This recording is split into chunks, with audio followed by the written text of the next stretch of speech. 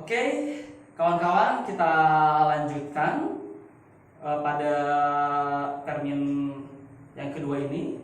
Seperti yang tadi kita kerjakan ya, nomor-nomornya sudah saya beritahu dan mudah-mudahan kawan-kawan tidak merasa kesulitan. Dan soal-soalnya mari kita bahas nomor kedua, masih di paket kedua ya.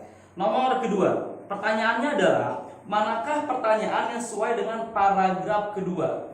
Kawan-kawan, kalau menemukan soal seperti ini, itu kawan-kawan cari jawaban yang ada di paragraf yang dia tersurat dulu. Kalau bisa, yang tidak harus ada perubahan-perubahan. Misal seperti ini ya, Yuda bersekolah di SMA 2, titik. Di rumahnya terdapat banyak piala hasil lomba, titik. Ada 2 kalimat ya. Terus ada pertanyaan seperti ini, di manakah Yuda bersekolah? Itu pertanyaan jelas ada jawabannya tersurat ya, jelas tersurat. Yuda bersekolah di SMA 2. Terus ada pertanyaan kedua, apakah Yuda seorang yang pintar? Ada tidak jawabannya? Kalau secara tersirat jelas ada ya. Kenapa banyak piala di rumahnya tadi? Kemungkinan Yuda pintar. Cuman tadi tersirat gitu loh, bukan tersurat. Nah, kita cari dulu di sini yang tersurat. Kawan-kawan, kita lihat dulu di sini ada jawaban yang kemungkinannya ini agak membingungkan. Jadi jawabannya antara A dan C. Oke, A dan C. Kalau B jelas ya, apa peran guru? Tidak ada. Si jawabannya. Yang D, siapakah yang mencanangkan penerapan kurikulum? Itu tidak ada. Mencanangkan, ada juga menetapkan di sini. Oke ya, tidak ada. Terus yang E juga tidak ada. Bagaimana kondisi sekolah? Tidak ada. Yang ada juga jumlah sekolah yang mengikuti kurikulum. Baik, kawan-kawan, antara A dan C. A, apa keunggulan kurikulum yang baru dibandingkan dengan kurikulum yang lama? Itu ada jawabannya pada kalimat nomor 6 dan kalimat nomor 7. Yang A itu. Yang C juga sama. Apa perbedaan kurikulum yang baru diterapkan ini dengan kurikulum yang lama? Mungkin nanti ada yang berpendapat bahwa 6 dan 7. Lalu jawabannya apa, Bang? Jawabannya, kawan-kawan, kalau kita lihat kalimat 6, karena pada praktiknya kurikulum yang baru kita terapkan ini lebih menarik dibanding kurikulum lama. Pada kurikulum baru ini berbasis karakter bukan kompetensi.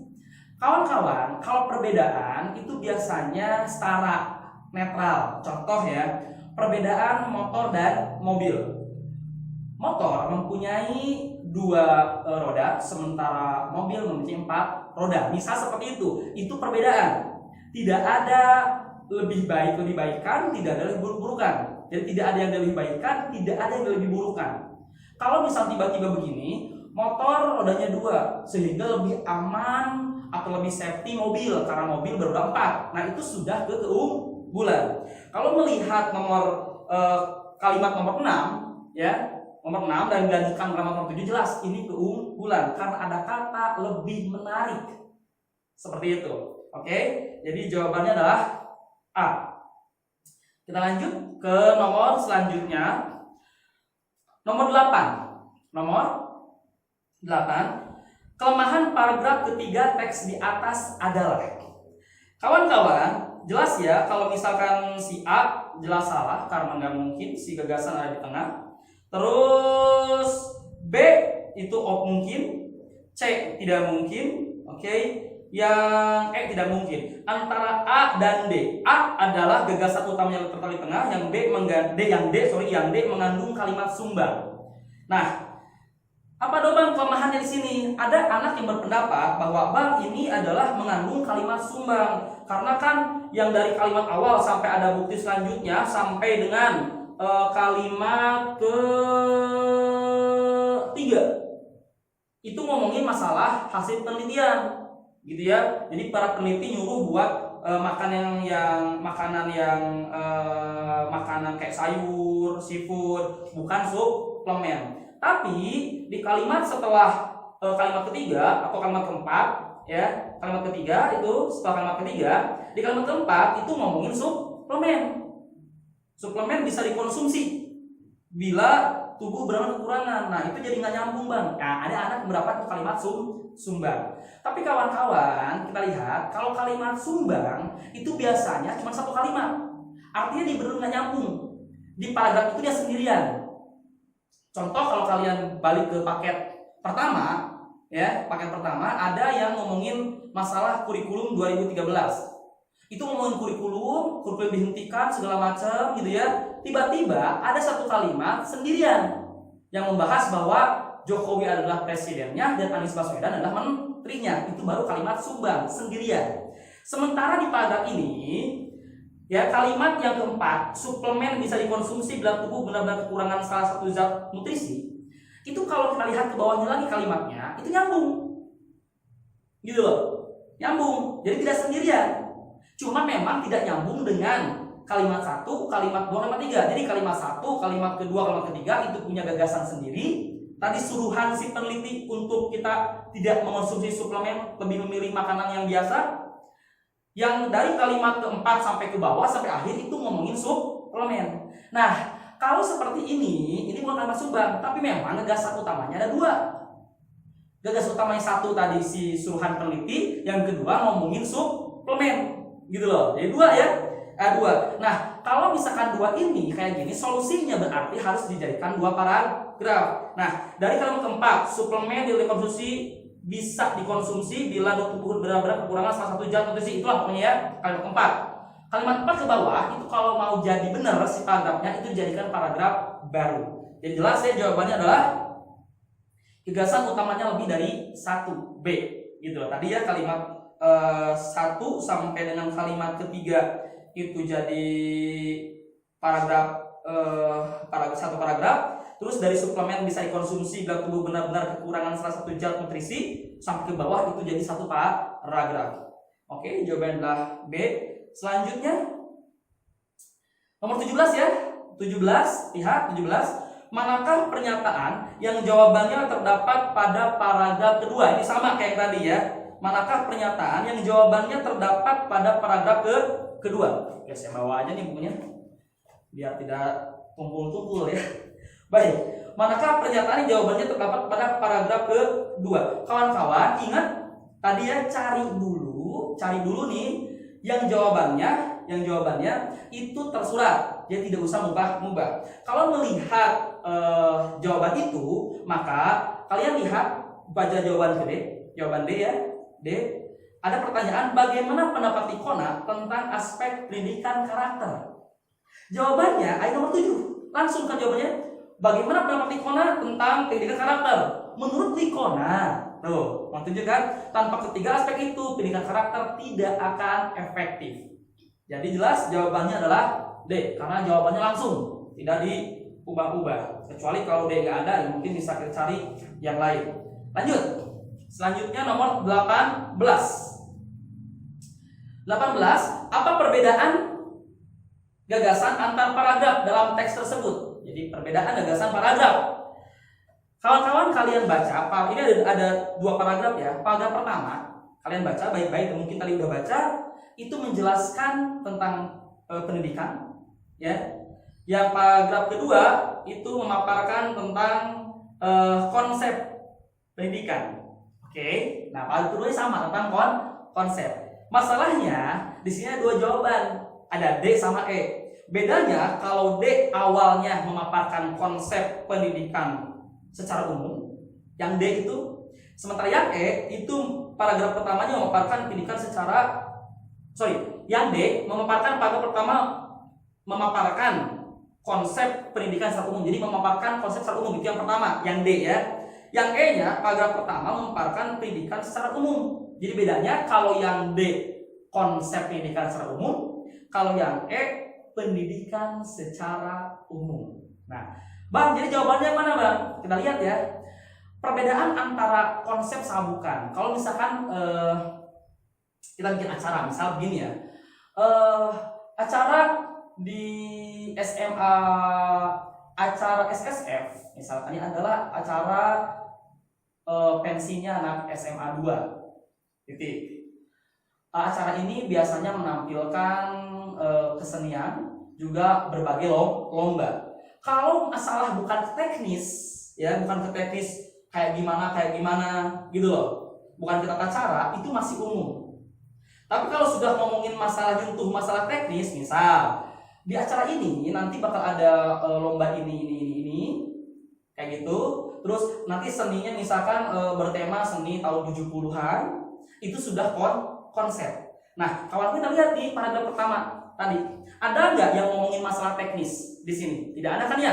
Ini hanya ngomongin masalah pendidikan. Pendidikan itu adalah ini, pendidikan itu adalah ini. Berarti itu adalah pendidikan secara umum, bukan konsep. Sehingga jelas jawabannya adalah si E ya. Yang E itu paragraf pertama memaparkan pendidikan secara umum, sedangkan paragraf kedua memaparkan konsep pendidikan karakter. Oke. Lanjut kita ke nomor 23. Nomor 23. Bagaimana hubungan isi paragraf dalam teks tersebut? Ya, nomor 23. Hubungannya kalau lihat pada paragraf ke 1 2 3 ketiga. Paragraf ketiga kan nyebutin bahwa motivasi itu motivasi ya. Kita ingat acara motivasi. Motivasi itu kan ada dua gitu loh. Disebutkan di paragraf ketiga motivasi ada dua. Motivasi finansial dan non finansial. Tapi penjelasannya itu ternyata tidak ada di paragraf ketiga, melainkan adanya di paragraf keempat. Dijelaskan pada paragraf keempat apa itu motivasi finansial, apa itu motivasi non finansial. Sehingga jelas berarti paragraf keempat adalah penjelasan dari paragraf ketiga. Sehingga kita lihat di sini yang cari namanya yang menjelaskan jawabannya E. Paragraf keempat menjelaskan paragraf ketiga. Oke. Lanjut kita ke nomor 24. Mengapa di sebuah organisasi ada karyawan yang tidak maksimal dalam bekerja? Tadi ya, ada dua motivasi. Oke. Yang jelas A kemungkinan salah karena hanya ngomongin finansial. Yang B juga salah. Yang C juga salah karena ini ngomongin motivasi ya. Yang D ya atau E, organisasi belum memperhatikan finansial dan non finansialnya. Ada D atau E. Seperti itu. Kita cari mana yang ada motivasi finansial dan finansialnya. Karena tadi jelas motivasi terbagi dua. Dan kalau ternyata dua itu ada salah satu yang hilang atau salah satu yang kurang, ya kemungkinan si karyawan jadi kurang benar kerjanya gitu ya, atau tidak maksimal dalam bekerja. Nah, di sini untungnya ternyata yang hanya memunculkan dua motivasi tadi, finansial dan finansial, hanya option D. Jadi jawabannya adalah D. Oke. Lanjut nomor 25. Nah, 25 biasanya sering yang tabel-tabel kayak gini di soal-soal UTBK, lihat baik-baik pernyataan manakah yang paling sesuai dengan isi tabel tersebut. Nah, oke, mudah-mudahan tadi terjebak ya. Yang jelas A salah. Ini saya akan bahas A, B, C, D, E-nya satu persatu. Yang jelas A salah. Kenapa? Karena ternyata tidak hanya Jawa Timur yang menunjukkan perkembangan positif. Tidak hanya Jawa Timur. Di sini ada perkembangan positif yang naik terus ya, yang naik terus. Irian juga dia naik terus 3,8, 3,9, Irian 3,8, 3,9, 4,8. Jadi naik terus, tidak hanya Jawa Timur. Jadi jelas berarti ya. Yang A salah, jelas yang A salah. Yang B hanya Provinsi Jawa Barat yang menunjukkan persentase ekspor menurun dari tahun 2005 hingga tahun 2007. Menurun lagi Jawa Barat. Tidak juga. Kenapa? Nih Jawa Tengah juga menurun 4,2, terus 3,9, terus 3,8. Berarti jelas B salah. Nah, ada yang berpendapat jawabannya C, berpendapat C. Kenapa? Karena katanya di sini kan C gini, provinsi yang lebih dominan lakukan kegiatan ekspor adalah provinsi-provinsi di Pulau Jawa. Anak yang menjawab C berpendapat bahwa bahkan kebanyakan ini Pulau Jawa semua. Kebanyakan ya Jawa Barat, Jawa Timur, Jakarta, terus Banten, Jawa Tengah, itu kan di Jawa di Pulau Jawa. Jadi nggak salah dong kalau ngomong dominan. Oke ya, sih. Tapi itu berupa opini, gitu loh. Kalau si jawaban tersebut. Jadi kita lihat dulu si D sama si E. Kalau D sama E tidak ada yang berupa fakta, fakta tabel, maka mungkin C jawabannya. Kita lihat dulu ya. D.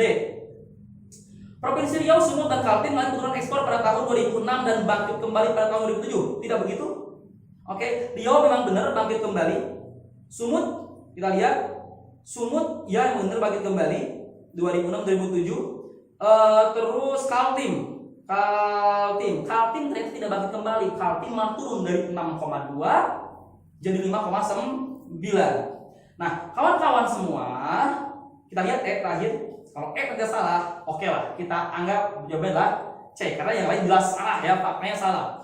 Yang E, kontribusi ekspor non migas Provinsi Riau melebihi akumulasi provinsi-provinsi di Pulau Kalimantan. Kawan-kawan, kita lihat. Berarti caranya begini. Riau itu dia melebihi jumlah akumulasi dari pulau-pulau yang di Kalimantan. Kalimantan di ada dua ya, ada Kaltim, ada Kalsel. Kita tambahkan Kaltim sama Kalsel tiap tahunnya, terus kita bandingkan tiap tahunnya dengan Riau. Apakah betul? Riau tahun 2005 13,6. Terus si Kaltim sama si Kalsel, Kaltim 5,9, Kalsel 3,1, berarti 8 ada 9. Jelas Riau menang. Berarti betul ya untuk 2005. 2006 kita lihat dulu. Riau 13.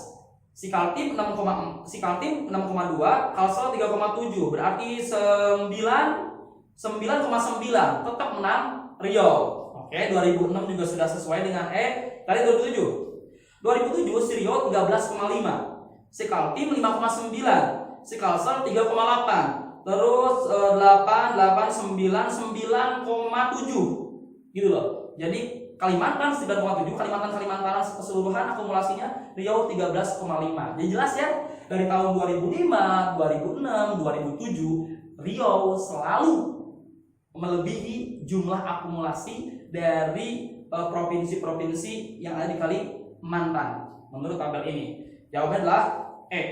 Kita lanjut. Ada dua nomor lagi. 29. Apa kelemahan isi teks tersebut? Kawan-kawan, kalau kawan-kawan baca ya sekeseluruhan, di sini itu kan tadi ada ngomongin integrasi ekonomi dan keuangan, ngomongin itu, gitu loh.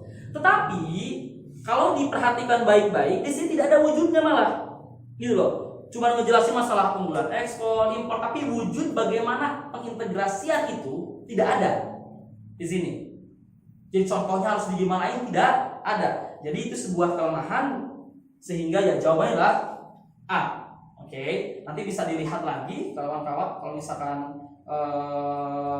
ada pertanyaan nanti bisa menghubungi kenapa enggak B, enggak C, enggak D, enggak E. Jadi ya, kita diskusikan di program pakar. Mudah-mudahan Allah cabut ini virus corona dari negeri kita dan dari seluruh dunia. Mudah-mudahan mari kita berdoa sehingga kita bisa berinteraksi lagi. Sementara ini mungkin bisa lewat SMS atau lewat WA atau lain di grup, dan silahkan dikemukakan pendapatnya. Kalau misalkan ada yang ngerasa bahwa bang kenapa nggak B, nggak C, nggak D, nggak E, saya sengaja nggak jelasin dulu semua ya biar agak cepat. Oke, 30 manakah skema yang tepat? Kawan-kawan, jelas kalau melihat yang B yang C itu organigram tadi ya, kayak di sekolah ada ketuanya. Nah, sehingga jelas yang B sama C salah gitu loh. Oke. Nah, antara A, D dan E. Nah, kita pahami dulu di bacaan kayak gimana. Di bacaan kan begini. Kemajuan sebuah bangsa itu ada beberapa pengaruhnya, ada beberapa faktor gitu ya. Ada yang mempengaruhi kemajuan. Oke. Sehingga kalau jawaban seperti itu, kalau misalkan konsepnya seperti itu, maka jawabannya adalah D. D itu pembacaannya begini. Kesejahteraan bangsa itu dipengaruhi oleh ekonomi dan keuangan. Terus juga dipengaruhi oleh komoditas unggulan. Karena kebetulan ini ngomongin masalah Indonesia di teks ini, maka pembentukan masyarakat ekonomi ASEAN pun itu ternyata berpengaruh pada kemajuan bangsa Indonesia ya di ASEAN seperti itu. Sehingga jawabannya adalah D. Sementara yang A logikanya dibagi. Jadi ekspor Indonesia terbagi dua, integrasi dan kinerja. Kalau yang E itu menjadi mirip siklus lah ya. Misalkan masyarakat ekonomi ASEAN itu menjadi pendayagunaan ekspor yang bervariasi. Penanganan verifikasi itu menjadi integritas ekonomi dan keuangan kawasan, kayak turunan seperti itu. Oke, baik ya. Belajarnya seperti itu, kita sudah selesai untuk paket kedua. Kita akan ketemu nanti di paket ketiga. Terima kasih untuk semuanya, terus belajar, jadikan ini kesempatan. Ya mungkin ada orang-orang di luar sana yang belajarnya nggak benar seperti itu karena asik libur. Nah, kita manfaatkan. Oke, terima kasih semuanya. Terus semangat, terus belajar, terus berdoa, raih kemenangan di UTBK. Wassalamualaikum warahmatullahi wabarakatuh.